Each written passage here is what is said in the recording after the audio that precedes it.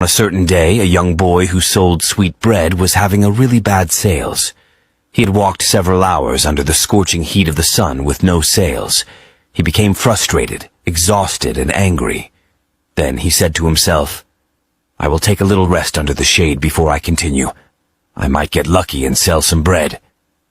He deliberately tried to ignore the situation to keep his hopes up.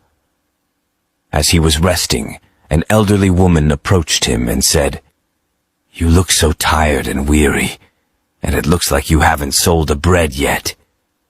"Oh, poor child, struggling under the burning sun," the boy whispered.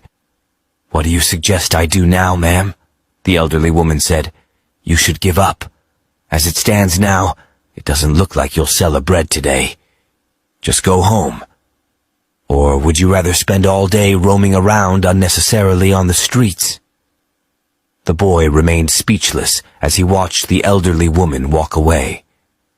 At that very instant, a young man who was standing nearby and had overheard the short conversation walked up to the bread boy and said, "I think she's right. You should quit. Don't you see how exhausted you are? It's already a bad sales day for you and there's nothing you can do about it. Just go home now. Otherwise, you'll fall sick from excessive stress." The boy felt discouraged and bewildered. With little or no hope of selling his bread, he gave up for the day and returned home immediately. But as soon as he left, a man came in a car asking some group of people, "Have you seen the kid who sells bread around the streets? I want to buy all his bread to feed the children in our orphanage," someone replied.